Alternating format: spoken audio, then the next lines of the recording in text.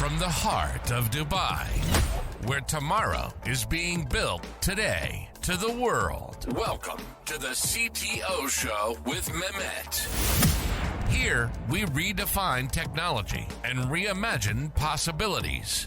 With Mehmet, delve into the riveting realms of AI, cybersecurity, and digital technology. Experience the thrilling highs and lows of startups. Immerse yourself in the spirit of entrepreneurship and witness the future of business innovation being written in real time.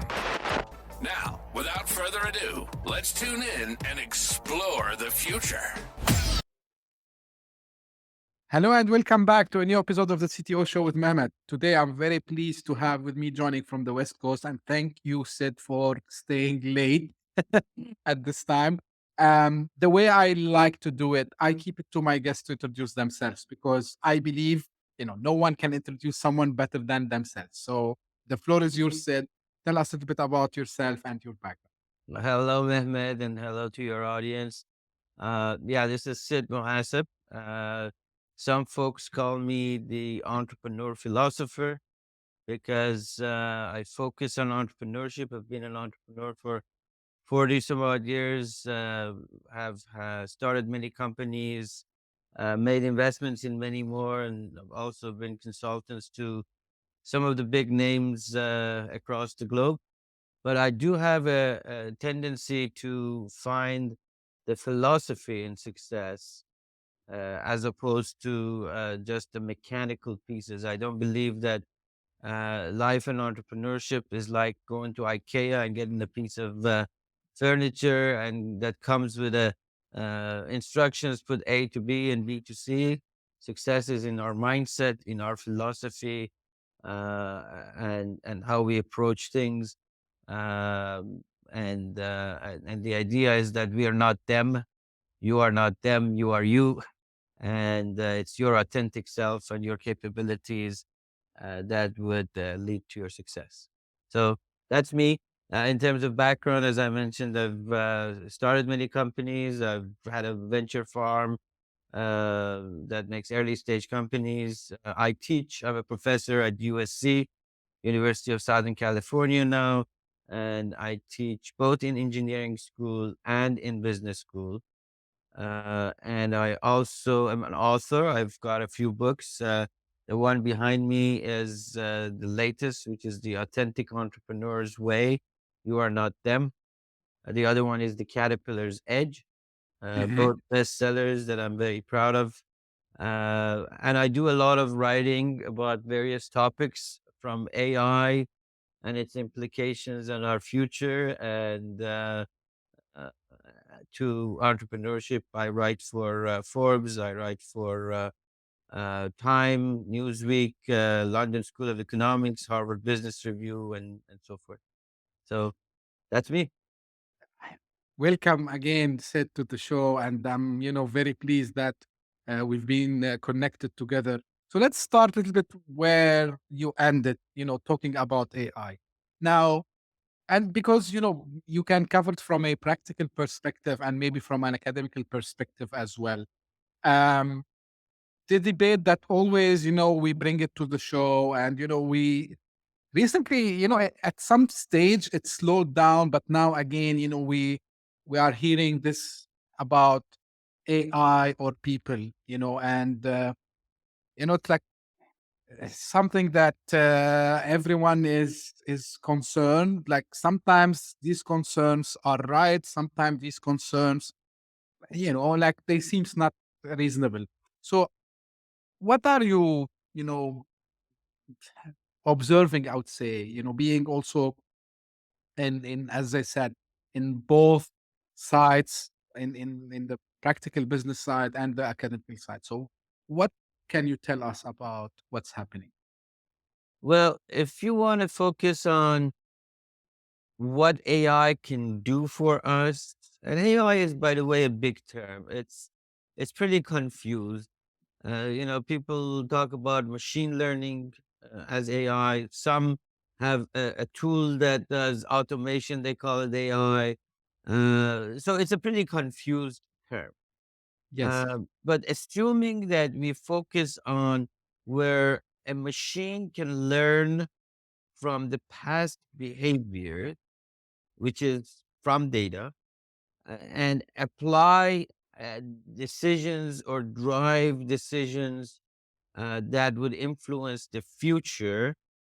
uh, let's stick with that definition, and hopefully there's learning that happens from that perspective, which they call reinforced learning in terms of getting technical, that it Right. can apply to future. For example, an autonomous car learns from how you brake, how you stop at the stoplight, and all that sort of behavior things, and it's observed people driving for, I don't know, 800 million miles or some outrageous number, and as a result has certain routines and develop certain things that can behave. But the situations can always change. So there are no two situations exactly the same, meaning you're driving at to a particular uh, crossroads at 65 miles an hour. Somebody else is at 52 and a half. The other guy is raining. It's 23 degrees outside or 67 degrees. It's raining. It's all of those conditions are never really exactly perfectly the same. So there is some learning that applies to new things that happen. So let's assume that's the parameter that we're talking about. Uh, Yes. in that case, there are many studies now that McKinsey and others have done that suggests that by 2030, some go to 2035, somewhere around 13 to 14 trillion dollars with a T of economic impact would be created by AI. Now, let me put that in context. The GDP of China is about 17 trillion now. So Hmm. this report, by the way, was a few years back in terms of. So it means that the equivalent of 1.4 billion people, as in China, working for an entire year, because that's the GDP of China, will be realized every year because of AI. That is Wow. a significant number. So whenever there is such an economic impact, money will flow. People will go there. So is the movement unavoidable? Absolutely. It has Hmm. economic. Now, so is it real? Yes. Is it here to stay? Absolutely. Is it going to change some job? Absolutely. Uh, when cars were originally introduced by Ford, the people who drove horse and buggies had to change. They had to learn something new, do something new. So is it going to impact jobs? Absolutely. Is it going to create new jobs? Absolutely. Some say it's going to impact somewhere around 800 million jobs. Impact, not eliminate. Impact. About Hmm. 400 million would be eliminated. This is worldwide out of about 5 billion jobs that exists in the world. So it's going to impact about 10-15% of the jobs. Most of the people used to think that it would impact the manufacturing jobs most. And that's why it wasn't a big deal. Now people are saying that it's impacting the knowledge workers' job. And that's why you see all the hoopla, because the knowledge workers, as long as it was the poor workers at the factory level, it was okay. It wasn't a problem. Now, if it's the writers, oh, that's a big problem. If it's the engineers or the coders and those, oh, that's a big problem. The fact of the matter is, it's going to impact both, and it's going to impact it, in my opinion, positively. It's going to have an evolution in our that's starting now, but I'm not sure if it would be realized in our generation. Let me explain myself. Fast forward when your cars are driving by themselves, where you don't have to spend hours and hours on the phone to connect and disconnect your phone if it doesn't work, to call some call center, to all that stuff. That's what I call mundane, taxing things that we've done. That means you and I would have a lot of time on our hands. Right. So what are we going to do? sit in our cars, go around the thing, play with Facebook or Instagram every day in our back seat because we're not driving. There is going to be an inevitable push for us to enter a new era of evolution, which is an era that has to do with innovation and creativity. We have to now evolve in a different dimension than the way we have been evolving in our physical format and so forth. So, is that going to happen in my lifetime? Likely not. But is it unavoidable? Absolutely. Now, 61%, I think this was a Reuters survey recently. 61% of people are afraid of AI. And Mhm. 7% say, I don't know enough, but it looks like I have to be afraid. So that's almost 88% of people. That's a lot of people. Now, if you go on media and say, hey, all is good, nothing, nobody is going to turn to the TV to that. And nowadays we have every media has to have a heading that's provoking so people click on it. So it's a clickbait of stuff.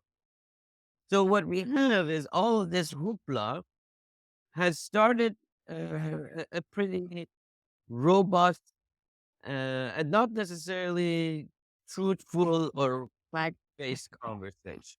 Now, it is true that the writers, for example, have been on a strike in the United States for quite a while, and they're Right. saying, well, uh, what if the AI writes some sort of a script, and then what are we going to get out of it? Well, if you're only as good as the AI, which is the history or it's duplicating, we got a Mhm. problem, and we're avoiding to evolve in the right direction.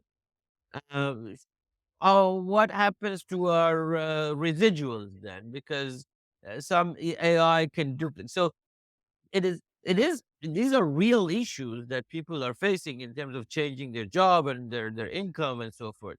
But is the answer stopping growth and evolution and change?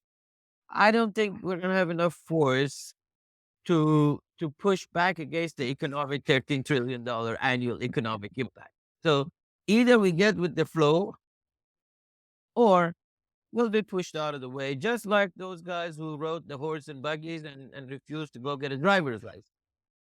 Right. So it is a complex problem that has been made more complex because of all these that are impacting uh, people in a way. Now, the other thing that's important in this argument of AI and the evolution and what's going to happen is this idea of if we should fear AI for other reasons than job. For example, taking control of of our world, them becoming the master and us the slaves. Um, uh, so for one thing, AI machines are learning from us, our biases. Right. It consumes data, which includes all of our biases, and that's what's being duplicated. That's what we're telling. It's like a guideline. We're saying behave this way. It's like if we tell a car or teach a car, an autonomous car, hey, every time you see a pedestrian, go hit him. Well, is that a bad machine? Absolutely, it's a bad machine. But we told them how to behave because somebody was crazy was driving that car, and that's where the car learned. The problem is, I think that the fear is our biases. So when people are saying, uh, "Oh, this all deep fake," and it's all these things that people are clicking on things, and it's changing their opinion because of the fake news and the fake this and all of that. Hey, guess what? Who's generating that? We're teaching the machine behave this. Right. So should we be afraid of the machine or should we be afraid of ourselves? That's 100% right, Sid. Very valid point, I would say. Yeah. But Now, but we blame the machine, and that's the problem. I always tell this, like, and I was discussing with a guest, one time, uh, like if AI is generating bad content sometime, because actually we have bad content out there, and the AI is just consuming this and regenerating it again. So we can't blame on it. Um, like I would just put my 2 cents here, and then I want to take it further from there. So, like, yeah, it's gonna change the job, you know, nature of the jobs or what we're gonna be doing. Absolutely, yes. But taking control, I don't know. Like maybe I'm not seeing it. At least again, not in my lifetime, and not in even in the long term as well. Because this is something it's a little bit philosophical about consciousness and about the ability to do like long term planning. I don't know. I don't want to talk big because the technology can evolve. But the thing, now with all this hype that happened, actually AI is not something new. You and me, we know this very well. But because ChatGPT appeared at the end of last year, so all this hype came from there, and then people started to figure out, oh, like we can do these kinds of things. Now, you touch base on something which I wonder myself, and I'm always trying to get answers from different people, whether on the show or outside. Like, what we will be doing if machines are doing 90% of what we are doing now, right? So what That's a would be the kind of life we will having? Yeah. So that's a good question. Uh, let me touch on something that you mentioned first, and then we'll take it there. I had a conversation with someone who, I mean, people always ask me because of all of my writings, everything. So, what do you think about this AI thing? Everybody just kind of. And I was talking to somebody and began to talk about, hey, imagine a future that a doctor has X number of reads N number of books. A machine can read everything, and it's fresh and it's real.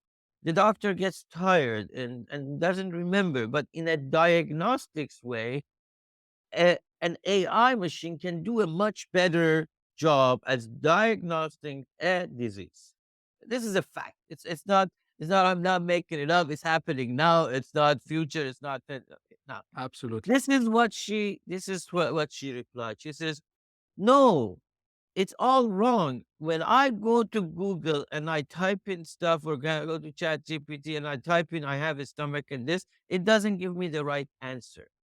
So we are comparing a Chat GPT or a Google search to what it is done by massive machines that is very focused on reading thousands of medical books and is categorized with cognitive science. And so it's because we read and do a Google search, we think this is AI, Right. right? Unfortunately. This is what we see. And of course, if we do a Google thing and our doctors become a Google search, yes, we have a problem. But it is not. So now let's go to what do we do when when we don't when we don't have to do all the work. So I use a calculator example. When I was going to school, uh, and that was when I'm aging myself. That was when the first time calculators were introduced, and we were prohibited to use calculators. It Right. was a major crime, it was like cheating and a this and a that. And that. Now, today, we use calculators, we use Excel spreadsheets, we use all this stuff, and it's not a problem. Did it make us dumber? No, no. If that argument is, if we used a knife when they invented the knife, if we if we started using the knife, our teeth would not be as sharp, and therefore we shouldn't use the knife. Is that Right. is that a reasonable argument? I don't think so. So the argument of what do we do when we don't do the stupid things that we're doing now. We're doing these things because the capacity of our mind is such, because we need certain capacity, innovation, certain capabilities to do certain tasks. So if we send a shuttle to the moon or Mars, or we create the James Hubble thing that goes all the way to, so why are we using computers to do all those calculations? Let's hire a bunch of 1,000 people to simultaneously do that. It's ludicrous. We use technology to enhance our life and to develop new frontiers. Now, the question is, what are those frontiers? What Mm-hmm. what are we able to do? Some of it is, unless people came to the West and and explored what's in the West, they wouldn't know what's in the West. They can Right. imagine what's in the West. So, can I imagine what's in the West? What after? I think that we're going to be, as I said, there's going to be a period of confusion because we're used to the sameness of what we do.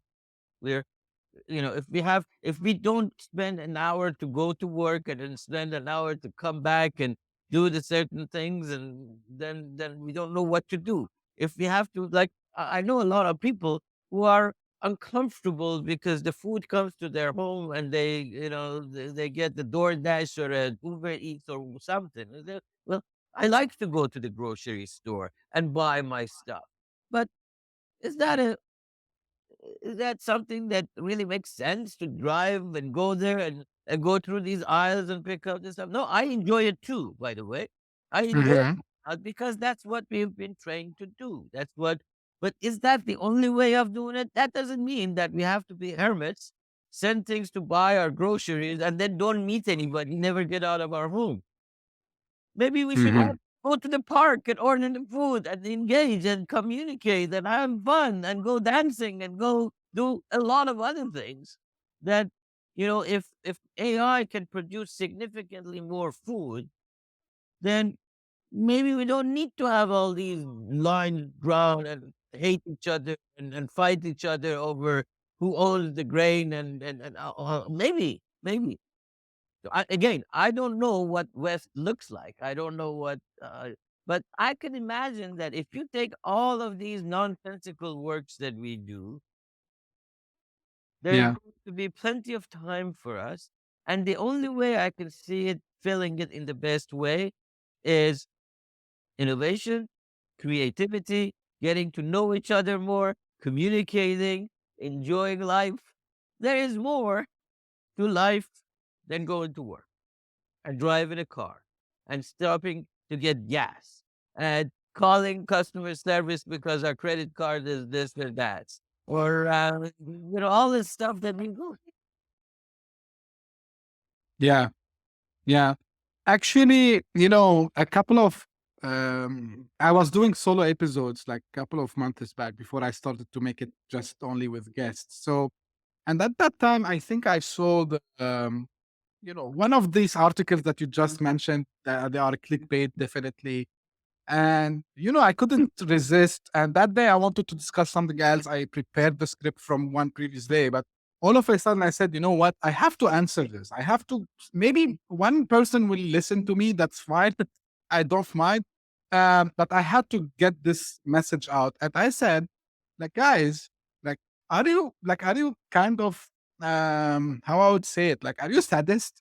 Do you want people to stay sitting behind a desk doing something that a machine can do, while this guy, he can be more creative, he can create art, he can, I don't know, maybe he's good at discovering places. So why we are forcing people, putting them, it's a jail, right? So whether it's you are at home behind your Zoom, or whether you are in an office in a cubicle, and you're asking him or her to repeat tasks which are, for me, maybe at that time they were not like this because they needed, like, they were new, but now they are dumb, right? So why I need to stay doing dumb things? And I mean dumb, it's not because they are stupid things, but because they can be automated. Someone, they can, they can. automated in some Because ways. Mehmet, because people are afraid. We're all afraid because we're hooked. We're addicted to the sameness of the past. It's comfortable for us. It brings certain routines and sameness to it. If I say don't do this and this and this, then your first question was, so what do I do? That fear of what do I do drives you to not want to do it. You know, the other side. So people change for two reasons, and I talk about this in my, I think it's in my first book, and I've written articles about this idea of change. Right? People Yeah. change for two reasons. Two things have to be exist for people to change. One, there has to be a severe opportunity or danger. A severe opportunity or danger. The Hmm. second is okay, so there is a severe opportunity that I'll say, oh, what I see, I'm going to change to something that is significantly better than what I have. Or I see that what I have is diminishing in value, is getting worse, so I've got to change to something that might be better. Under those two circumstances, I'll change. Okay? Now, the direction of change has to do with trust. Which Hmm. direction do I change? Do I trust myself? In companies, I use this analogy with management. When you go and leadership says, hey, do this and do that and go in this area, we got to change to do this, we got to change to do that. If people don't trust you, they're not going to go in that direction. First, you got to show them that this is significant and severe opportunity or, or danger. And then they've got to trust you to follow you to the new place that you tell them is better. Right? The problem is people feel that there is a danger. They don't see the opportunity, like what you're Hmm. talking about. They feel the danger, but they don't have the trust. So one element of change exists today because of the media and blah, blah, blah, blah, all that stuff. They are fearful, but they don't trust. They don't trust which direction. They don't trust of adopting this because they feel the capitalism machine wants to get them out of a job, and then how do they eat? And they don't trust because they haven't seen it. Nobody explains it to them because it's complicated. Because those who know want to be making more money and make things more complicated in order to right because the labor union wants to negotiate a new deal. They don't tell the people what it is. They right. So all of those fears and the lack of trust Hmm. impedes a proper change path and the lack of trust. So are people dumb? No, they understand that if something can be done faster, better, cheaper, it's a good thing to do, as long as it's to my favor. Hmm. Okay. This, as long as to my favor, is not understood, communicated, and delivered well. Okay. Agreed. And that's the problem. That is Yeah. the problem. The problem is and this is, I wrote an article. I don't know. I think it was The Hill that published it or something about this idea that we put these people in charge and we say, hey, these guys are like Miss Kamala Harris, and this is I'm not taking it personal. I'm not a Democrat or a Republican here. I've just yeah, I don't know, an academician, a philosopher, whatever. I don't have a particular beef with anybody, except we put somebody in charge and we say she is the czar of AI. Okay, does she know anything about AI? No. Okay. Then we say, okay, she doesn't, but leadership doesn't mean that the president of IBM doesn't necessarily know how to make computers. I get that. All right. But then she goes and creates a team of 7 or 10 different companies.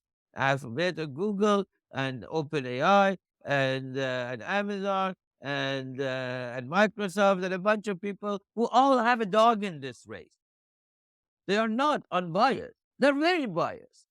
The fact that they control the data, the fact that they control the pipeline, the fact that, and then they come up with regulations that are very for them. Yeah. Right? And that doesn't do anything. It just and then they go out to the populist thing is about privacy. Oh, privacy this and privacy that. So let's make these companies secure the data. Why is data important? Because data is the ingredient of an AI machine. Without data, there is no AI. Without data, there is no learning. So we have these companies control the data because of privacy. So who maintains the control? These guys. Let Right. me ask you, we are spending in America billions and billions of dollars, and B with a billion, in protecting our healthcare information. Every time we go to a doctor, there's 17 things that we have to sign, and a this and a that, and they have machines, and they duplicate this and HIPAA codes. It's complicated. It Millions is. of dollars is being invested. So what? Somebody knows that I have hernia. Okay, so let them know I have hernia. What's the big deal? But if we share, it is pretty likely that that collective data would drive a resolution, a cure to cancer, to this, to that, to hernia, because it can be used for learning, the computing process, and all these quantum computing stuff that's making things a lot faster can help us discover drugs and so forth. But we're so adamant about this privacy, which is pushed by this stuff, and these six companies or 10 companies control the privacy of the data, and therefore it's all good. Are we seeing any change in that, Sid? Like, because, like everyone says big tech, everyone, I had many guests also where, they shared their concern that everything is in the hands of these big companies. Like, are we No, seeing a shift in this? No, no. I mean, there was a series of regulations that has come out regulating AI, regulating this. The most recent one was spending $140 million or something, creating policies that protects privacy. So the center is about privacy. Why? Because the common man on the street, an American, we care about our privacy. This is as American as apple pie and capitalism is privacy. So there are all of these efforts is to control the privacy. When really the problem is not privacy. The problem is if we don't control how we learn, the AI, the building it, shaping it, taking it out of the control of a few people, our AI machines are not going to be as good as the Chinese. Period. Mm. Period. There is no. It's like you're telling me, hey, who builds the tallest building, the bigger building, the one that has the materials to build the building. You gotta have concrete to build a 100-story building. If I control the concrete and don't give you the concrete, I don't care if you're the greatest engineer in the world. You can't build something that doesn't have the material. So do you think, Sid, we need to focus on protecting the data rather than protecting the privacy? Yes, that's exactly what it is. Here's the thing. We spend all this money to protect our privacy, but we don't have rules or laws that if somebody actually abuses the use, let's get that guy and nail him to the wall. Yeah, because, We like, want to have a police at every corner, at every place, because we don't want to take the guy who is at fault and does something wrong and penalize him. Let's penalize those who are not doing things right, who are abusing systems to the extent possible, but not limit ourselves in terms of being able to be who we are. You know, our privacy is absolutely important, but you who are impeding my privacy are at fault. It shouldn't be that I have to live within the walls of 16-story buildings and this and that because you are the abuser who wants to come in and abuse me. That doesn't make any sense. But that's what we do. it's really thought provoking because, and when I think about it, like these guys, they know plenty of information about us. It's not only in the United States, it's like on a global level. And, I don't want to go too much back in history and mention, names of companies, but, there were like big scandals about, data being, passed to advertisers. And, these advertisers, they were targeting, allowed other people to target their Of course Not it is. only It's being done today, man. so how we should do, how we should be, someone like you and me, how we should react, what should be our reaction? Well, here's the thing. I think we should get the message out. I think we should try to have the conversation, and that is precisely why I'm talking to you, Mehmet. Mm-hmm. This is exactly what I'm talking to you for, so that I can get this message out that hey, the BS that you're being told on the media is just to create clicks. It's just to create this illusion of change. Takes these two things, and you have to build the trust. And it's not about. I'm not against privacy. Don't get me wrong. I'm just Mm-hmm. saying, if I have a team, do I have to build 17 layers of things around my home because there is a person who is a thief and is an abuser? Or do I have policies to take care of that guy so that I can see the view? So that I don't have to be blocked by this castle of things, so that I can live, so that I can communicate, so that I can meet my neighbors. Not that I have to be at my home at 2 o'clock. It just doesn't make any sense. We are confusing privacy with protectionism. Mm-hmm. We're essentially, by doing this and doing it, we are impeding our own freedom because we don't have laws and regulations that punishes the abusers. Very limited. Oh, we slap him in the back. And, we shouldn't do this. And okay, that's all. And the guy does it again.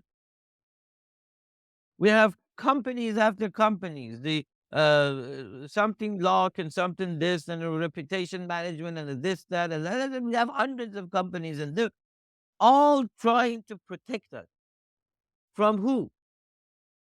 From the infringers, from the people who are. But we don't have proper laws and we don't do anything with them. So let's do something with them so that you prevent them from coming in. If somebody Mm. abuses somebody's bank account, get that guy, close all of his bank account. He's got nothing to do and he has to do free work for the rest of his life. You do that for 10 people, they won't come into your bank account again.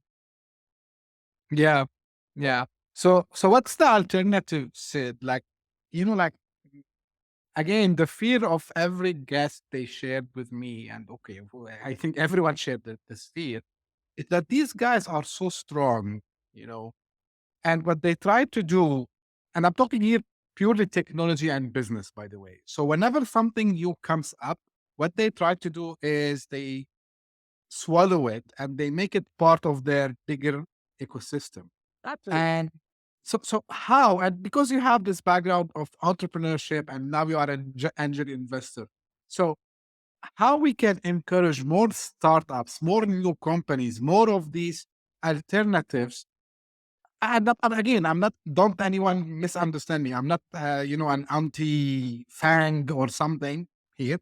But I like to have alternatives. Like I need to always have like two, three alternatives in front of my hand. But what we are seeing, that you see always they acquire, acquire, and end up by okay, we have now in the AI like two major players, right?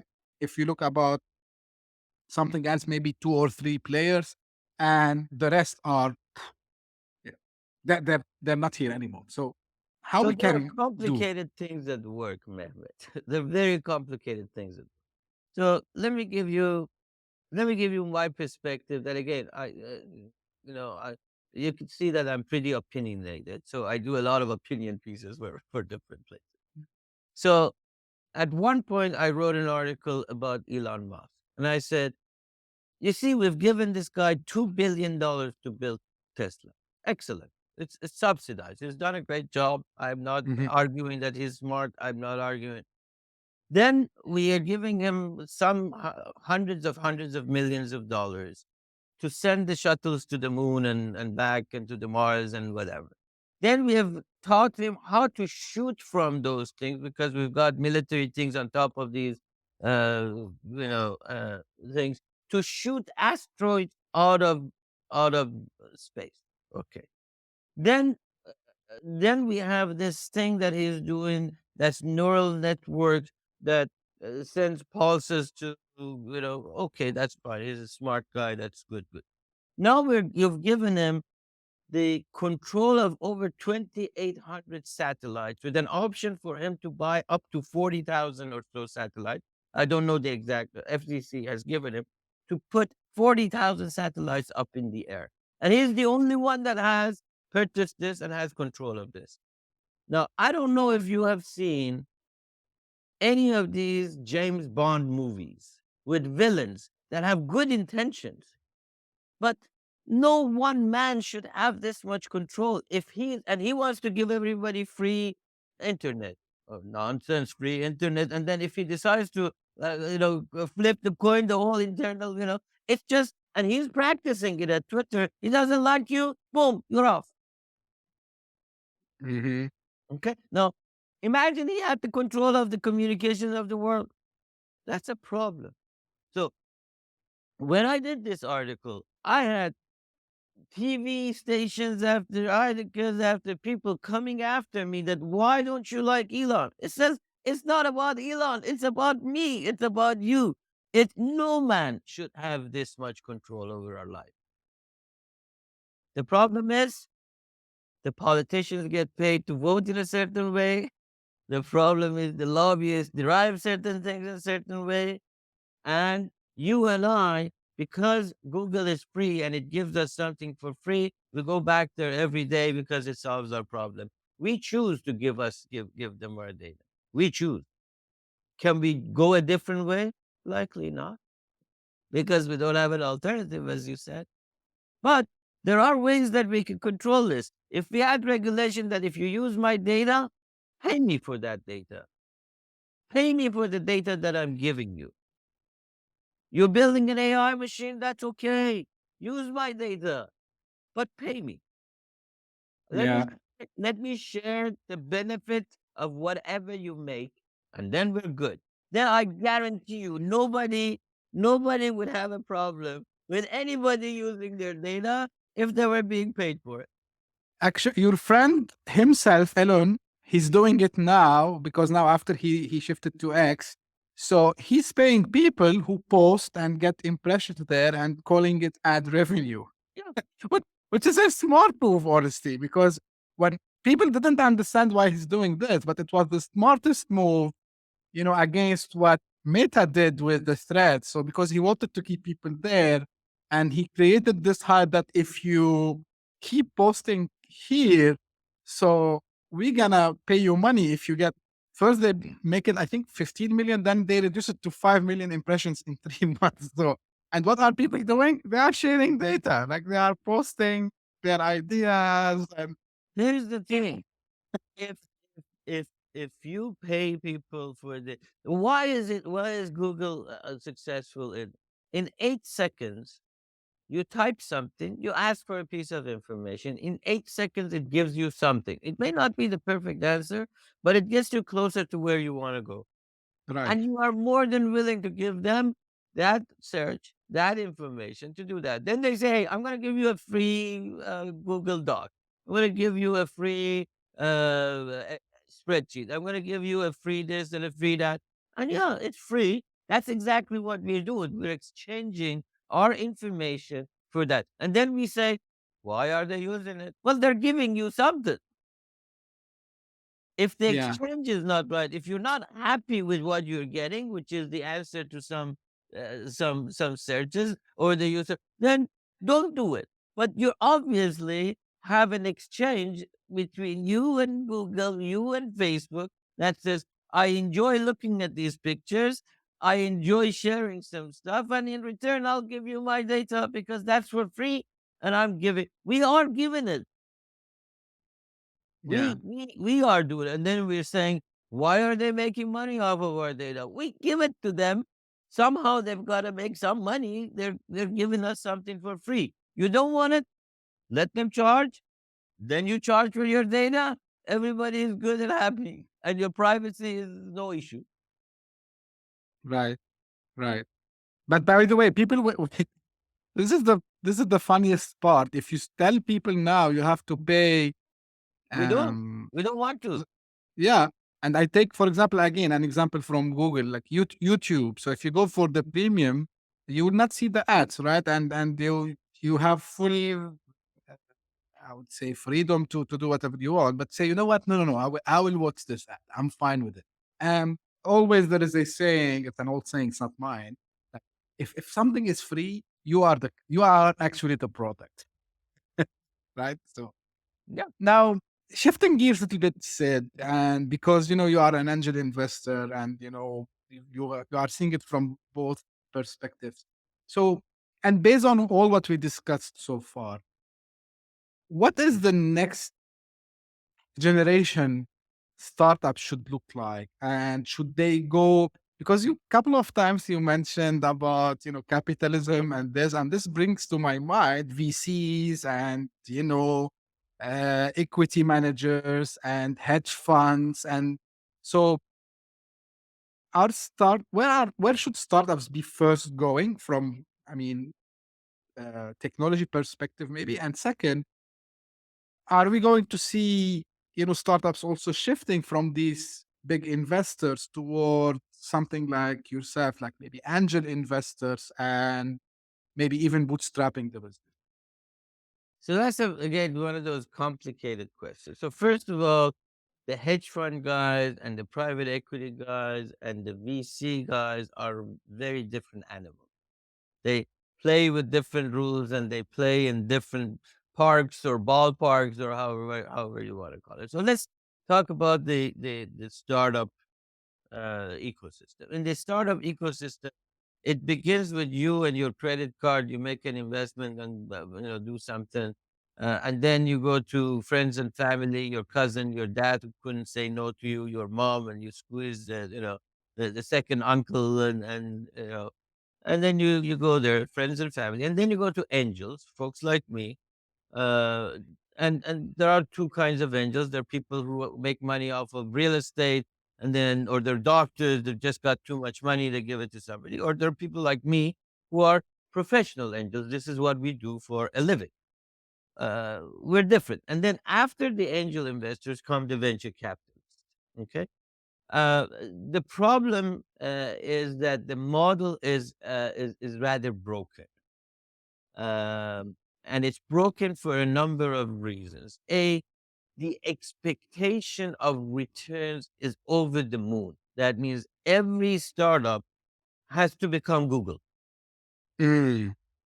And the way it becomes Google is there's this thing that, hey, you pump more money, go, market, free this, free that, capture market share, spend more money. And then in order to raise more money, you have to increase the valuation of the company. And all of a sudden we have hundreds and hundreds of unicorns worth billions. Are they really worth billions? No, they're not. But they had to get him up because the first VC went in, and then he doesn't want to, that guy doesn't want to say that, hey, my valuation went down. So he increases the one today and the next one and the next one. And along the way, what happens is you get, you get, you get companies like the one that woman Elizabeth, whatever did, or you get fraudulent activities that happens because they have to do a BS because realistically you can't grow something that fast, and it's nonsense. So that's one. The other thing is the size of these VC firms have grown significantly. For people that aren't familiar with venture capital firms, they're usually a couple of three guys. Usually that's the way it starts. Some of them have some operating experience. Most of them are attorneys or they have good connections and so forth. They put 1% of the fund, 2% of the fund if they're, and then the rest of it is somebody else's money. They raise money from teachers union or from endowments or from other family offices and so forth. So if there's $100 million fund, maybe 1 million came from these two, three guys. The rest of it are investors. So these guys are administrators essentially. They Mhm. they administer the fund and they have a lifetime, 7 years, 10 years, somewhere around, and they get a fee, a management fee, 2.5%, 2% of the fund every year, and a carry. That's 20% generally. So you sell the company, whatever over and above is split 80-20 between the VC firms and VC partners and the investors. Now, what that means is, as I want to make more money as a VC, I have to have funds that are bigger, because at 100 million, I make $2.5 million a year in my salary. In my what, if I had $1 billion, I make 25 million. So every time Yeah. I this, so my objective is to boom, boom, boom, fast, fast, create these funds, go from 100 to 200 to $300 million, so I get more, and then I've got spread at all this stuff. And now, if I have $1 billion or $500 million fund, and there is three of us, I can't make investments of 1 million or two. That means that I have to have 1,000 investments. Who's going to sit on their board? Who's going to control them? Nobody. So I have to make investments that are $20-30 million a pop. In order to do that, I need bigger company. Okay, so that's the gap that's created. So there's a gap. There's a gap. Now, here's what I mentor and talk to a lot of entrepreneurs. Every week I talk to 2 or 3 new people. I see all these deals and so forth. There is an illusion that says a good company must be VC backed. That's not true. If you go back in history, the HPs of the world, and there's a lot of them that never had VC. This is an illusion that if you want to have a good business, you must have somebody else pay for it. That's not it. It's if you have the right value proposition, then you get something. Then you get somewhere. 90% of the businesses don't necessarily need significant investment in all, and particularly now that we have the cloud and we have the this and we have the that and we're going back to chat GPTs of the world, we now are reducing even the number of people you need to code, because some of the code can be generated. So the investments in creating a business is not as much as it used to be, and you don't need as much stuff. But the illusion is, what we've been sold, what we've been told is that you need a venture capital in order to build a new business. My thinking is that we're going to, not next year, because of this gap that has created over time, as building stuff, particularly in tech, because VCs are focused on the technology a lot. That's the majority of the Silicon Valley. Right. As creating solutions becomes easier through technology and AI and other things, the need for so much capital will go away. And I think there is going to be a different dynamics between investors and startups. Mm-hmm. And I think a lot of startups, for no reason at all, get themselves tangled into this PowerPoints that show $1 trillion of market size, multiply these numbers, and they don't believe it. They know it's not going to go there. The VC who looks at it knows it, but it's a good show. And everybody knows it. You know, the VC knows that the entrepreneur doesn't believe it, and says, hey, if he rides there, maybe he gets 1/10 of where he thinks he will. So my thinking is that there's this gap, and this gap is going to cause some of these little guys, the startups, to behave differently. Now, this doesn't solve the problem of greed and exiting. We have a society that we have built, particularly the Gen Z and the millennials, and all of us want quick money. We want to exit and buy a home that's $10 billion under $1 million facing and we can't afford a home unless with $200,000-300,000, it's not possible. So they have programmed us. They've been programmed that we need quick money, and that comes from an exit. That comes from an exit. That comes either from an IPO or it comes from selling a company. That's how now we have a different group. All these folks that are they are influencers, and they make 50, 60, $100,000 a month by posting stuff that says, I like this thing or that thing. Well, yeah, Yeah. marketing. I'm not sure how long that's going to last, And we had people who made a lot of money because of the crypto stuff, which is basically gambling. There's no real asset class to it. I mean, I'm not against it. If you've got the guts and the courage and know-how, that's fine. Lots of people make money by trading derivatives on stock market, but it's not a real asset class. It's not. It doesn't have real. So, but a lot of people made a lot of money off of it, and I think that's going to be a cycle like this. So we have Mhm. people who want quick money. That's my point. Not criticizing the crypto or the influencer stuff, but we have people who want quick money. Now, that attitude, I don't think is going to change. I think that's a societal problem that is not just in America, but I think it has contaminated uh, Oh, across all over the world. all over the world. Yeah.